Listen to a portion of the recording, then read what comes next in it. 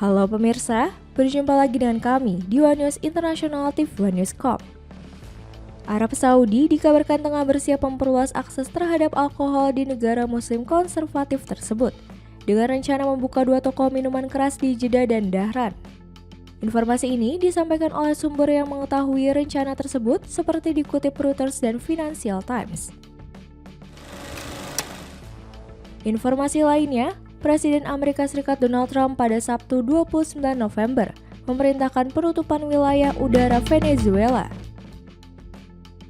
Perintah keras Trump itu kembali meningkatkan peluang perang Amerika Serikat dengan Venezuela yang konfliknya terus memanas beberapa pekan terakhir.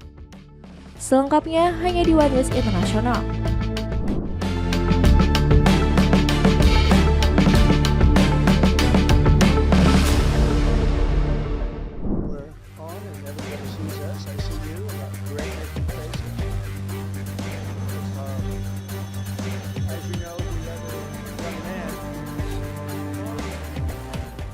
Presiden Amerika Serikat Donald Trump pada Sabtu 29 November 2025 memerintahkan penutupan wilayah udara Venezuela.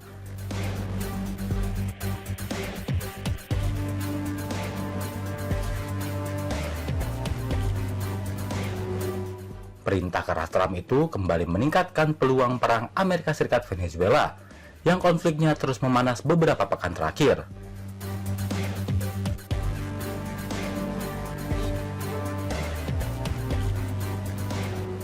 Di media sosial Truth Social miliknya, ia mengimbau semua pihak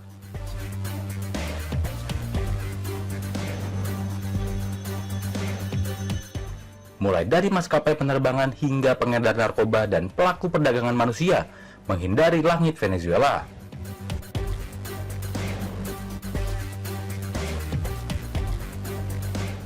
Peringatan ini muncul setelah otoritas penerbangan Amerika Serikat mengimbau para maskapai meningkatkan kewaspadaan di sekitar wilayah udara Venezuela.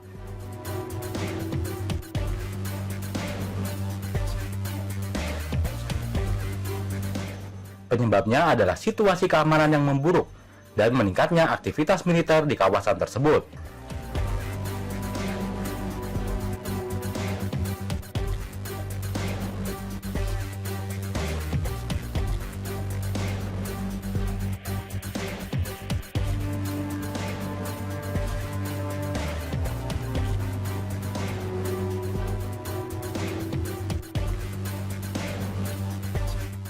Pemerintah Venezuela menanggapi pernyataan tersebut dengan kecaman keras.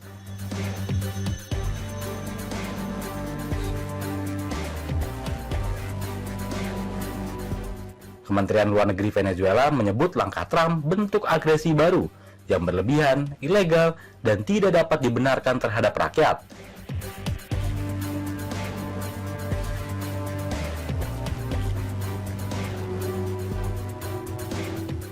Dalam pernyataannya, pemerintah juga memperingatkan bahwa penutupan wilayah udara dapat menghambat program repatriasi migran Venezuela dari Amerika Serikat. Kondisi ini diperparah dengan gangguan penerbangan.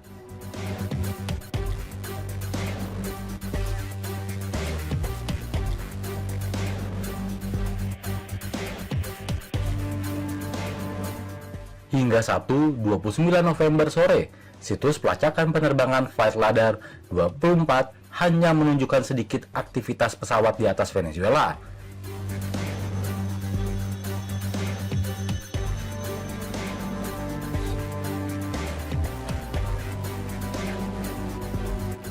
Amerika Serikat telah mengerahkan kekuatan militer besar-besaran ke kawasan Karibia, termasuk penugasan kapal induk terbesar di dunia.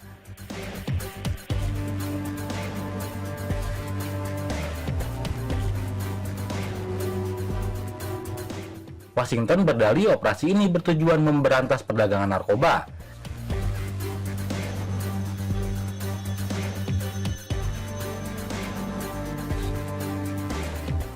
Tetapi Caracas menilainya sebagai langkah tersembunyi untuk menggulingkan Presiden Nicolas Maduro.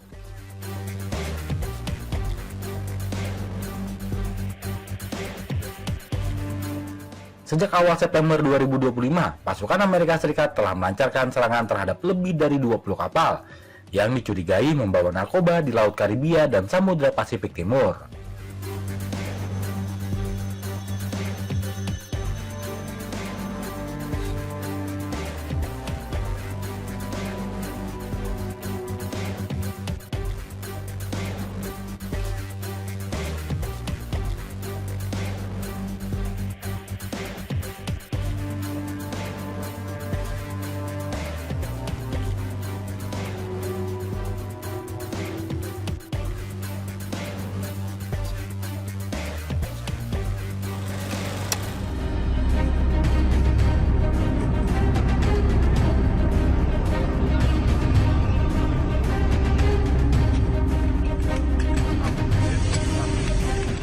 Serangan udara Rusia di Vyshgorod, pinggiran Kiev, menewaskan 1 orang dan melukai beberapa lainnya.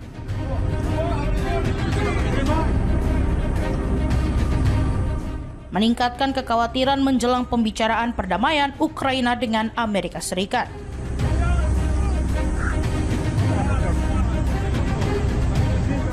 Serangan ini terjadi di tengah negosiasi yang sedang berlangsung terkait rencana penyelesaian perang Rusia-Ukraina.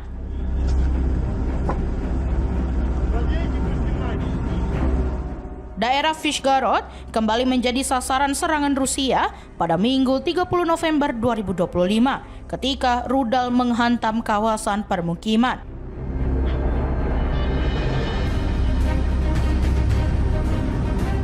Menewaskan 1 warga dan melukai sedikitnya 5 orang lainnya menurut laporan layanan darurat Ukraina di wilayah Kiev.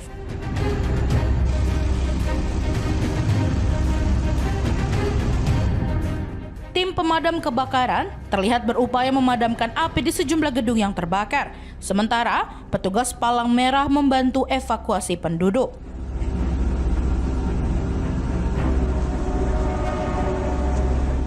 Gubernur wilayah Kiev, Mykola Klashing, menyebutkan serangan terbaru ini sebagai balasan dari serangan drone musuh lainnya.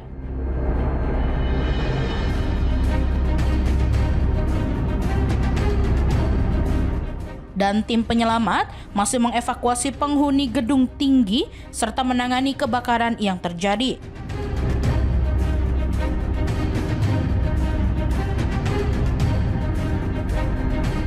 Video dari layanan darurat menunjukkan upaya evakuasi dan pemadaman yang sedang berlangsung dengan lokasi bangunan yang teridentifikasi sesuai foto arsip dan citra satelit.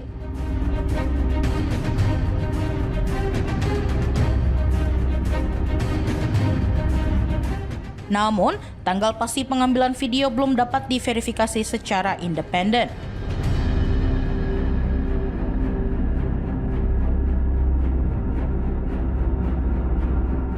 Serangan di Vyshgorod ini menyusul serangan sebelumnya pada Sabtu 29 November yang menargetkan sebagian besar ibu kota Kiev, menewaskan 6 orang dan melukai puluhan lainnya.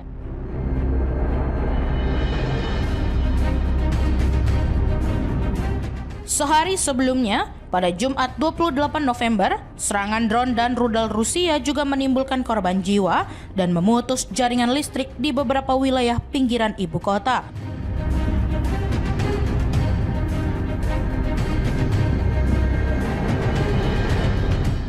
Sementara itu, delegasi Ukraina terus melanjutkan negosiasi dengan Amerika Serikat terkait rancangan perjanjian damai yang diusulkan Washington untuk mengakhiri perang yang telah berlangsung hampir 4 tahun.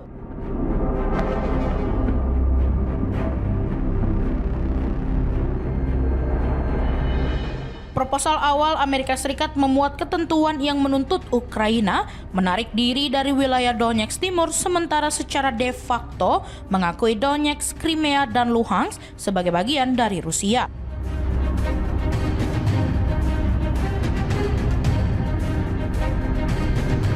Draft tersebut kemudian disederhanakan menyusul kritik dari Ukraina dan Eropa, namun rincian finalnya masih belum jelas.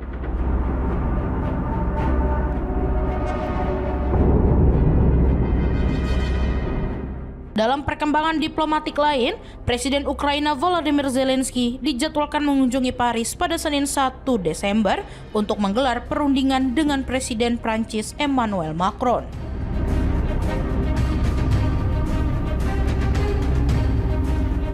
Kunjungan ini dilakukan di tengah kekhawatiran meningkatnya eskalasi militer Rusia di wilayah Ukraina.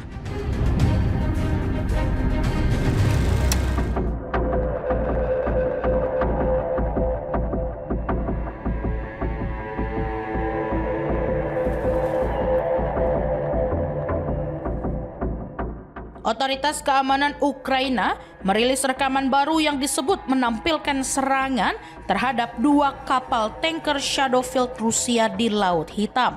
Langkah yang kembali menyoroti tekanan Kiev terhadap jalur logistik energi Moskow.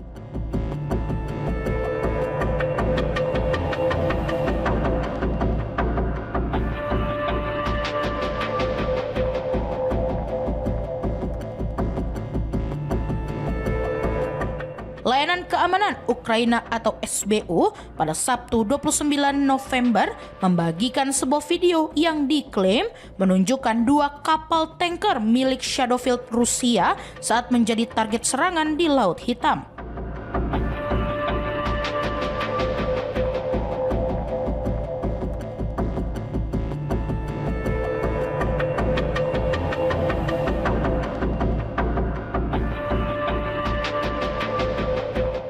Rekaman itu memperlihatkan sudut pandang dari kapal kecil berkecepatan tinggi yang mendekati tanker sebelum potongan gambar lain menampilkan ledakan besar di bagian bawah kapal.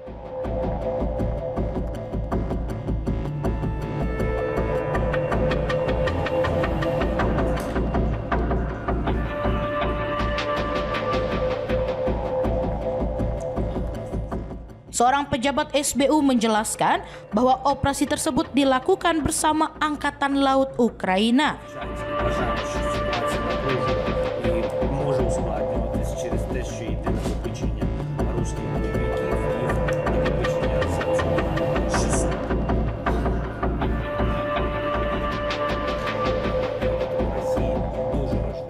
Ia menyebutkan kedua kapal Kairos dan Virat sedang menuju pelabuhan Novorosiysk, salah satu titik pengiriman minyak utama Rusia.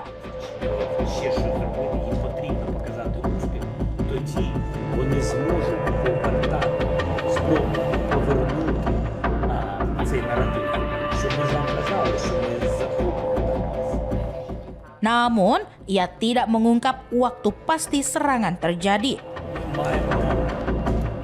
25,000 втрат 200 ворога за жовтий місяць. Тільки завдяки БПЛА. Тут чітка цифра, тому що все це з... Di sisi lain, otoritas Turki pada Jumat 28 November melaporkan 2 ledakan yang menghantam kapal tanker di dekat Selat Bosporus.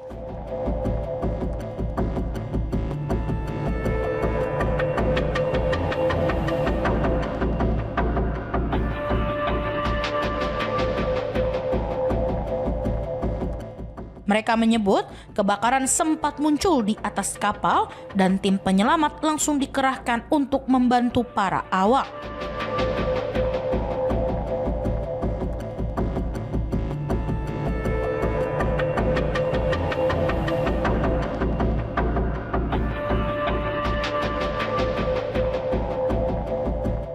Kiev menilai armada Shadowfield itu menjadi jalur penting bagi Rusia yang mengirim minyak dalam jumlah besar demi menjaga pendapatan negara meski berada di bawah sanksi internasional.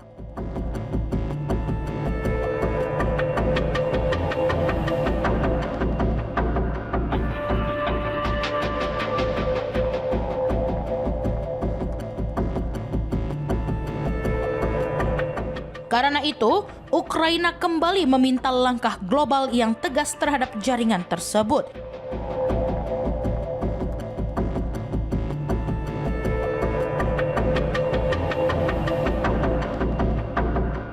Yang menurut mereka masih memungkinkan Moskow membiayai perang yang sudah berlangsung hampir 4 tahun.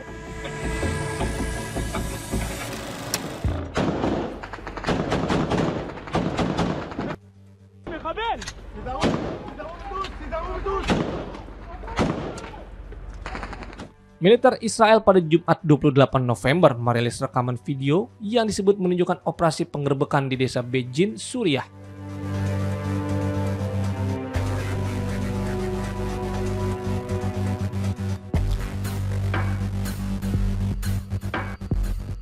Militer Israel menyatakan 6 tentaranya terluka akibat tembakan kelompok militan dalam operasi tersebut. 3 diantaranya dilaporkan mengalami luka serius.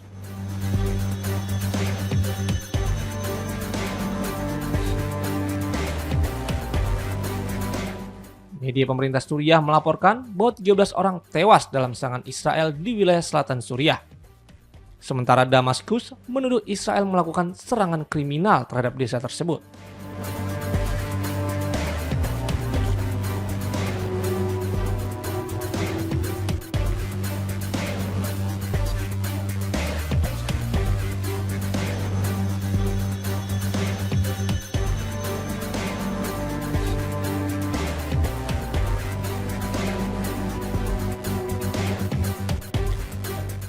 Video yang dirilis militer Israel disebut memperlihatkan operasi penangkapan terhadap sejumlah tersangka yang diduga terkait Jamaah Islamiyah.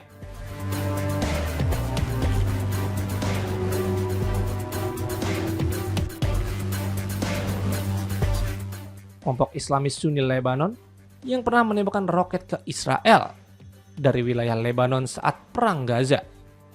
Militer Israel menuding kelompok tersebut terlibat dalam rencana teror.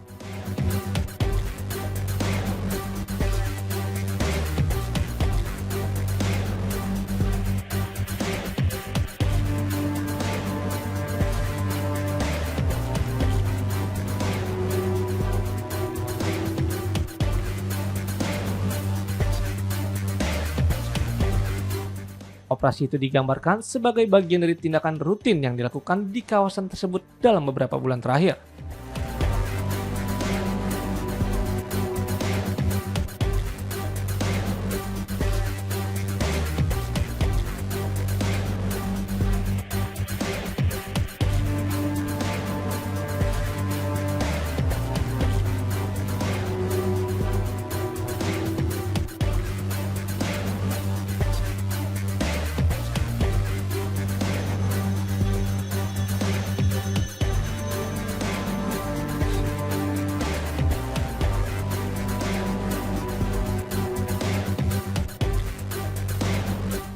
Jumlah korban menunjukkan bahwa serangan tersebut berkembang menjadi salah satu yang paling mematikan sejak Presiden Bashar al-Assad digulingkan setahun lalu.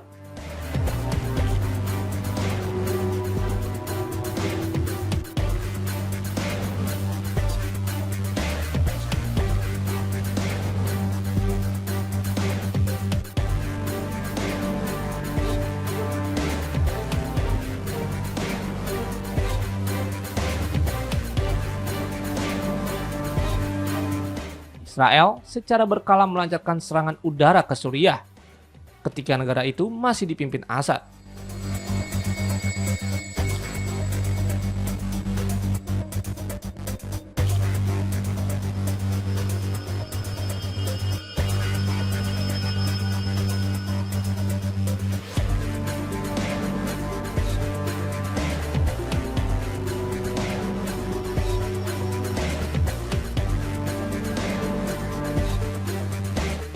Selain itu, ia juga meningkatkan operasi militernya setelah ia digulingkan, dengan alasan untuk mencegah kelompok militan mendekati perbatasan.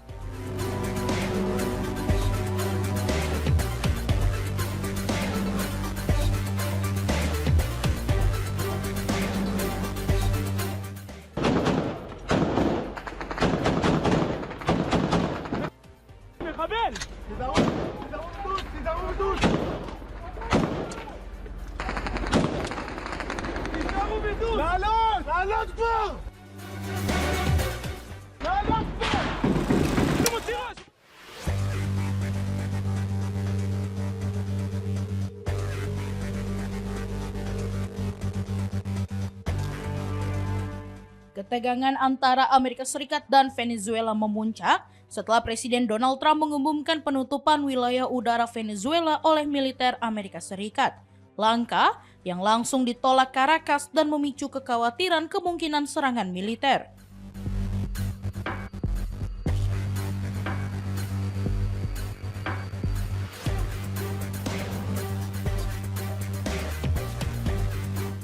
Pengumuman Trump disampaikan pada hari Sabtu melalui unggahan di platform media sosial Truth Social.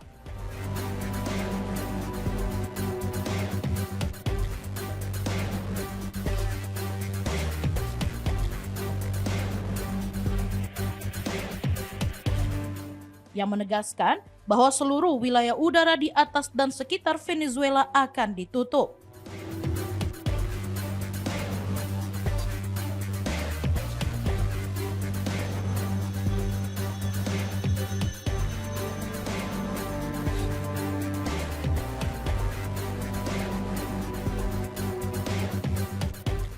Trump menyasar berbagai pihak, mulai dari maskapai penerbangan hingga pedagang narkoba, dan menekankan konsekuensi serius bagi yang melanggar.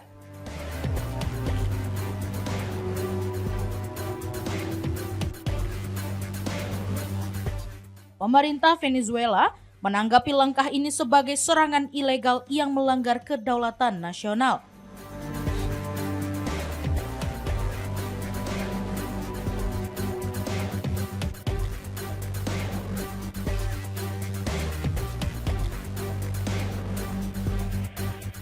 Kementerian Luar Negeri menegaskan tindakan tersebut bersifat sepihak dan bermusuhan, bertentangan dengan prinsip-prinsip hukum internasional.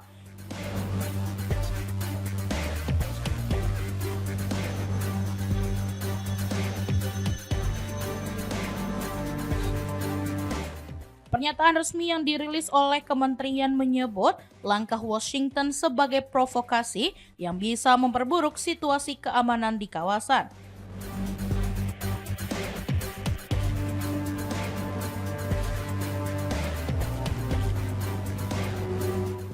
Presiden Nicolas Maduro menolak tudingan Amerika Serikat terkait keterlibatan Venezuela dengan kartel narkoba.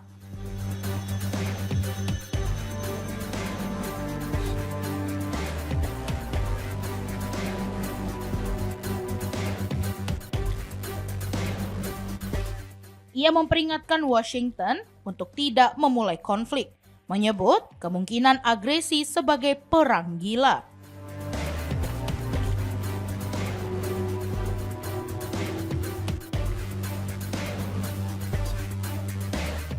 Sebagai langkah antisipasi, militer Venezuela ditempatkan dalam status siaga tinggi dan sejumlah latihan perang digelar untuk meningkatkan kesiapan pertahanan.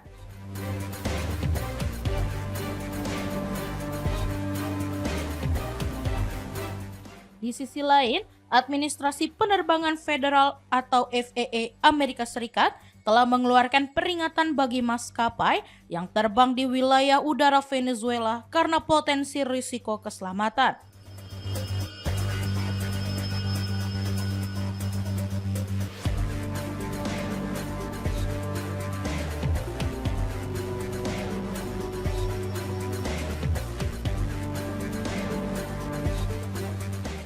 Sebagai respon, Caracas menangguhkan penerbangan dari 6 maskapai internasional untuk mencegah insiden lebih lanjut, mempertegas ketegangan diplomatik antara kedua negara.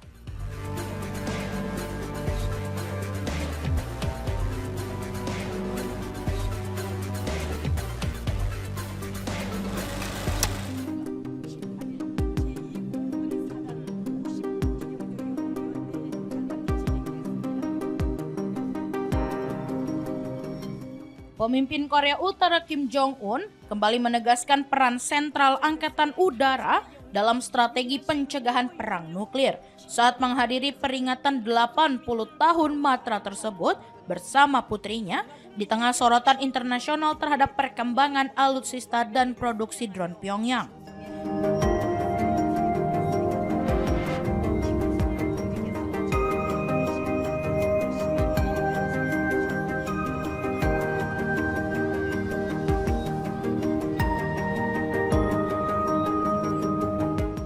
Media pemerintah Korea Utara memberitakan bahwa Kim Jong-un mengikuti rangkaian peringatan hari ulang tahun ke-80 Angkatan Udara pada Jumat.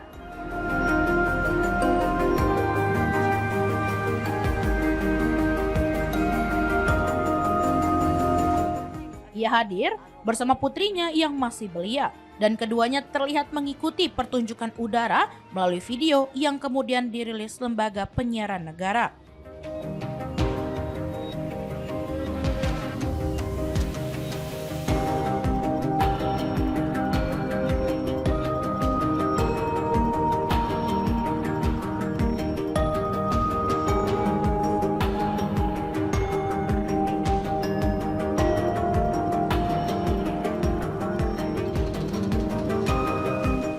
Penyiaran tersebut juga menampilkan momen ketika Kim meninjau sejumlah peralatan militer, termasuk pesawat peringatan dini yang diperkenalkan Korea Utara awal tahun ini.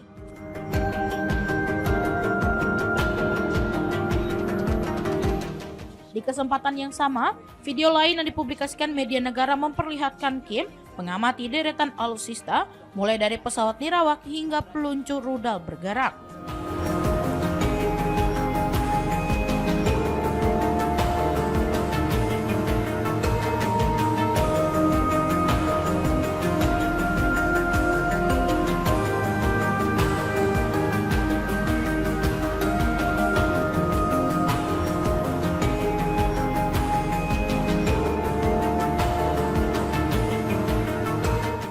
Sorotan terhadap teknologi drone Korea Utara muncul seiring laporan seorang pejabat intelijen Ukraina kepada Reuters yang menyampaikan bahwa Pyongyang telah memulai produksi massal drone FPV jarak pendek dan drone serang berukuran lebih besar dengan jangkauan menengah.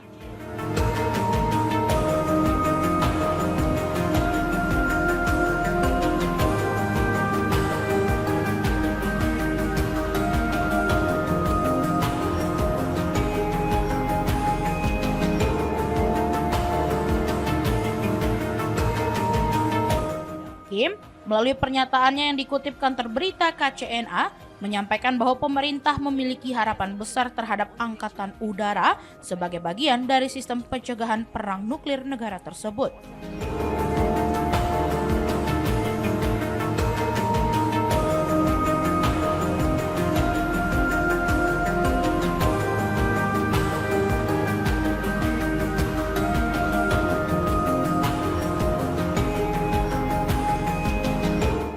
Ia menilai matra udara harus mampu menghadapi ancaman yang berkembang, termasuk aktivitas intelijen asing dan potensi provokasi militer yang dianggap dapat memicu ketegangan.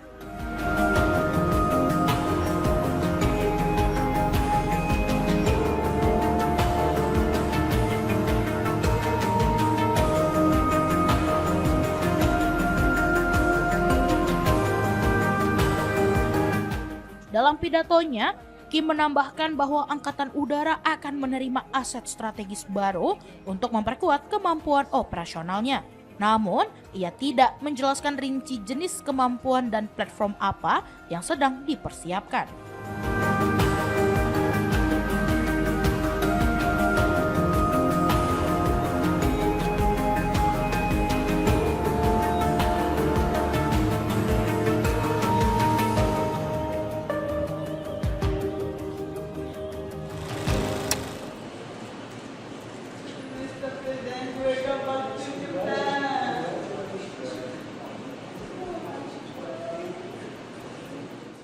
Media Jepang melaporkan bahwa Amerika Serikat dan Jepang disebut telah menyamakan pandangan soal langkah militer yang akan diambil jika konflik meletus di Selat Taiwan, termasuk rencana menargetkan kapal induk Fujian milik China. Beijing menepis laporan itu dan menilai klaim tersebut tidak realistis.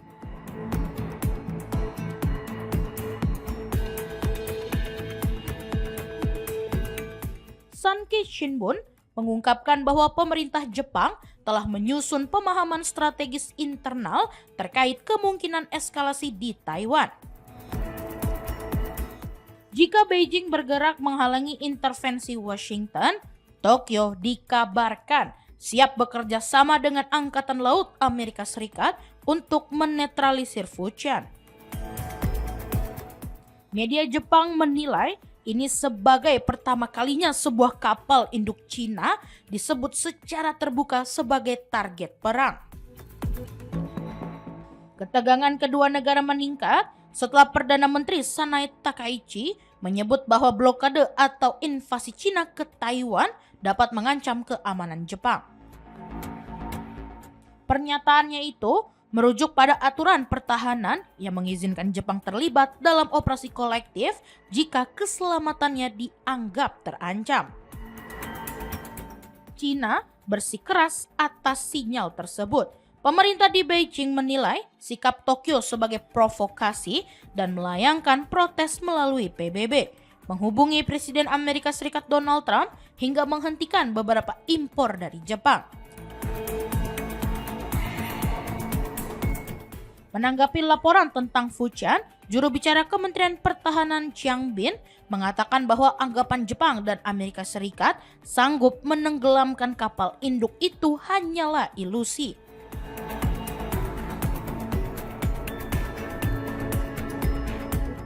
Ia menegaskan bahwa Fujian bukan kapal perang era lama dan memperingatkan bahwa pihak manapun yang merugikan kepentingan inti Cina akan menghadapi konsekuensi serius.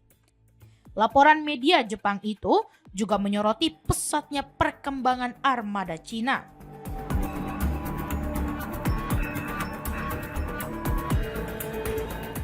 Dengan 3 kapal induk yang beroperasi bergiliran dan teknologi baru seperti ketapel elektromagnetik, kemampuan udara dan jangkauan operasi laut Cina dinilai semakin luas.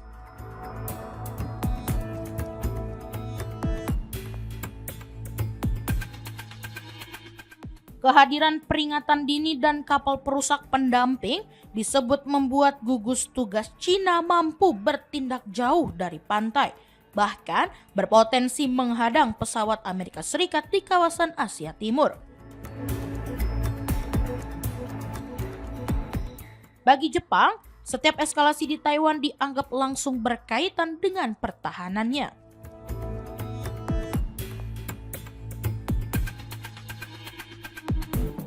Lokasi Taiwan yang dekat dengan Pulau Yonaguni dan Kepulauan Senkaku membuat Tokyo menilai setiap serangan skala besar hampir pasti menyentuh wilayah maritim yang diawasi Jepang.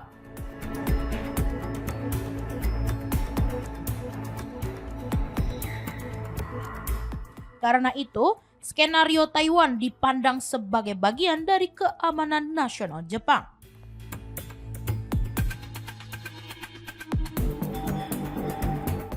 Selat Taiwan yang sempit juga diperkirakan akan menjadi jalur strategis jika konflik terjadi.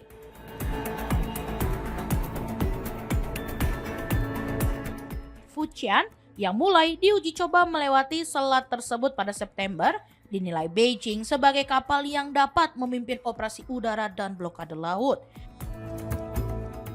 Dengan peresmian pada awal November, China kini bergabung dengan Amerika Serikat sebagai negara yang mengoperasikan kapal induk berbasis ketapel elektromagnetik. Sebuah teknologi yang memungkinkan pesawat lepas landas dengan beban penuh.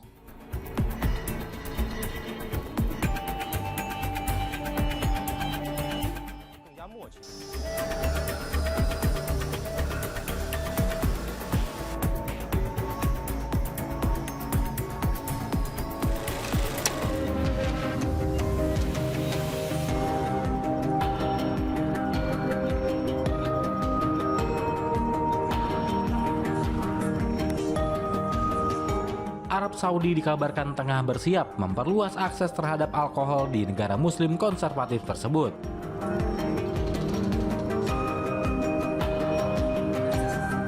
Dengan rencana membuka 2 toko minuman keras di Jeddah dan Dahran.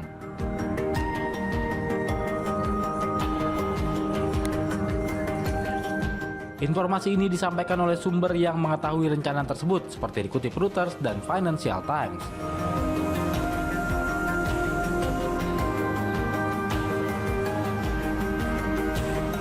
Langkah ini mengikuti pembukaan gerai pertama pada tahun lalu di kawasan diplomatik Riyadh yang memungkinkan staf misi diplomatik non-muslim membeli alkohol.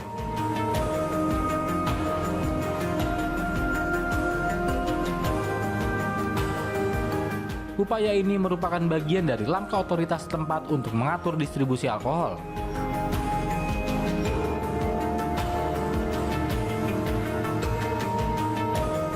seiring ambisi putra mahkota Muhammad bin Salman dalam membuka negara guna menarik lebih banyak wisatawan serta pekerja asing keahlian tinggi.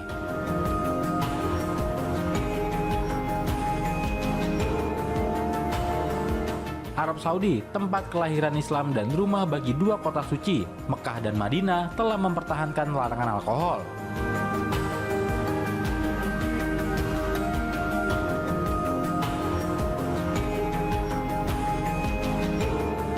Selama beberapa dekade hingga akhirnya mengizinkan pembukaan gerai di Riyadh tahun lalu.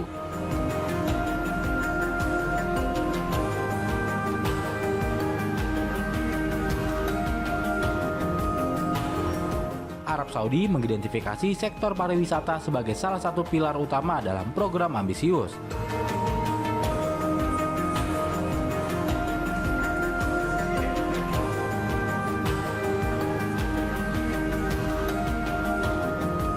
Untuk mengidentifikasi ekonomi dan mengurangi ketergantungan pada pendapatan minyak dengan target 150 juta kunjungan wisatawan pada tahun 2030.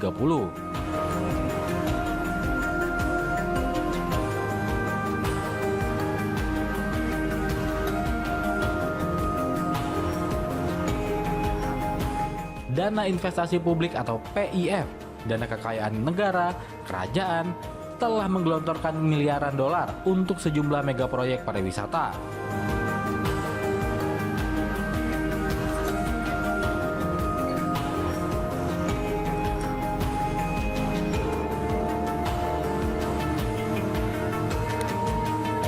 Termasuk distrik hiburan di Barat Riyadh, serta berbagai resor pulau mewah di Laut Merah.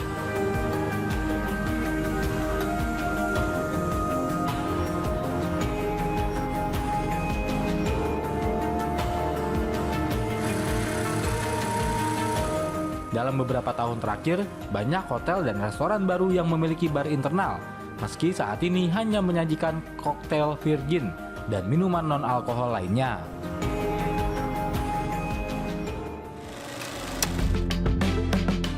Demikian informasi yang dapat kami sampaikan pemirsa. Terima kasih telah bergabung bersama kami. Sampai jumpa di One News Internasional berikutnya, setiap pukul 7:30 malam hanya di kanal YouTube TV One News Corp.